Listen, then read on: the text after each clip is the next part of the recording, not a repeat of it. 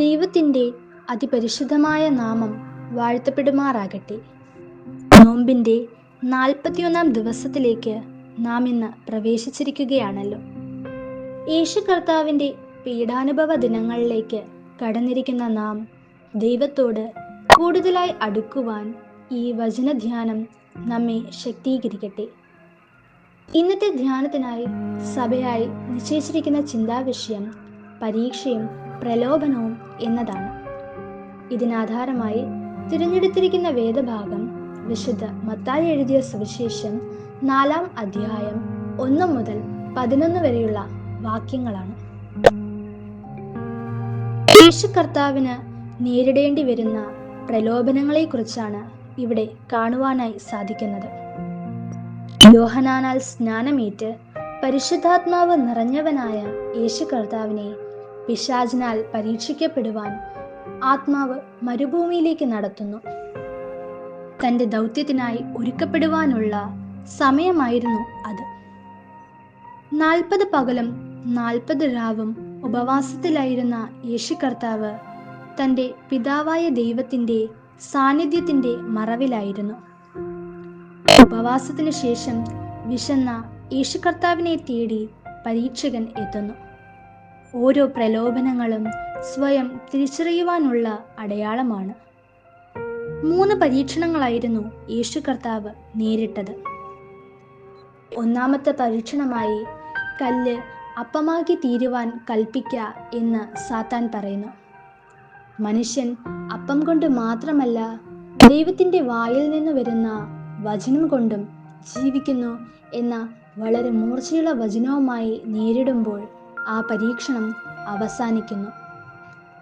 രണ്ടാമത്തെ പരീക്ഷണമായി ദേവാലയത്തിൻ്റെ മുകളിൽ നിന്നും ചാടുവാനായി പിശാച് ആവശ്യപ്പെടുന്നു.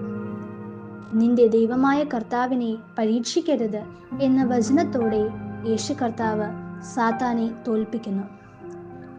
ഈ 2 പ്രാവശ്യവും നീ ദൈവപുത്രൻ എന്ന് പറയുന്ന സാത്താൻ പിന്നീടത് പറയുന്നില്ല. മൂന്നാമത്തെ പരീക്ഷണമായി തന്നെ വീണു നമസ്കരിക്കാൻ സാത്താൻ ആവശ്യപ്പെടുന്നു. നിന്റെ ദൈവമായ കർത്താവിനെ മാത്രമേ ആരാധിക്കാവൂ എന്ന വചനത്തോടെ യേശു കർത്താവ് അതിനെ തോൽപ്പിക്കുന്നു. ഈ ഭാഗത്തെ ആധാരമാക്കി 2 ചിന്തകളാണ് ഞാൻ ഇന്ന് നിങ്ങളുമായി പങ്കുവയ്ക്കുവാൻ ആഗ്രഹിക്കുന്നത്. ഒന്നാമതായി, ആത്മീയതയിൽ വിശപ്പുള്ളവരായിരിക്കണം. നമ്മുടെ പ്രതികൂല സാഹചര്യങ്ങളിലും അനുകൂല സാഹചര്യങ്ങളിലും ദൈവത്തെ കൈവിടാതെ മുറുകെ പിടിക്കുന്നവരായി മാറുവാൻ നമുക്ക് സാധിക്കണം. ഭക്ഷണത്തിനായുള്ള വിശപ്പ് പോലെ ആത്മീയമായ വിശപ്പും നമുക്ക് ആവശ്യമാണ്. എങ്കിൽ മാത്രമേ പ്രലോഭനങ്ങളെ അതിജീവിക്കുവാൻ നമുക്ക് സാധിക്കുകയുള്ളൂ. രണ്ടാമതായി, പാപബോധമുള്ളവരായി മാറുവാൻ സാധിക്കണം. ഏത് പ്രതിസന്ധികളിലും നമുക്ക് കരുത്തു പകരുന്ന ഒന്നാണ് ദൈവവചനം.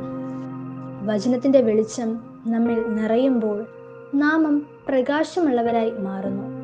ഈ വെളിച്ചം നമുക്ക് പാപബോധം നൽകുന്നു. വിശുദ്ധിയിലേക്ക് ഏറി വരുവാൻ ആഗ്രഹിക്കുന്നവരെ സാത്താൻ കൂടുതലായിട്ട് പരീക്ഷിക്കുന്നു. നായാട്ടിന് പോകുന്ന ഒരു വേട്ടക്കാരൻ ചാകാത്ത ജീവികളെ ആദ്യം പിടിച്ച് അവൻ്റെ പൂണിയിലിടുവാൻ ശ്രമിക്കും. ചത്തവയെ ഏറ്റവും അവസാനമേ പെറുക്കുകയുള്ളൂ. ഇതാണ് പിശാചും നമ്മോട് ചെയ്യുന്നത്.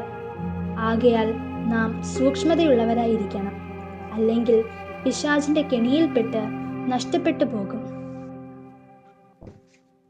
ഈ നോമ്പുകാലം ആത്മീകതയിലും പാപബോധത്തിലും നിറഞ്ഞ് പിശാചിന്റെ പ്രലോഭനങ്ങളെ അതിജീവിച്ചുകൊണ്ട് മുന്നേറുവാൻ സർവശക്തനായ ദൈവം നമ്മെ എല്ലാവരെയും സഹായിക്കട്ടെ എന്ന് പ്രാർത്ഥിച്ചുകൊണ്ട് എൻ്റെ വാക്കുകളെ അവസാനിപ്പിക്കുന്നു.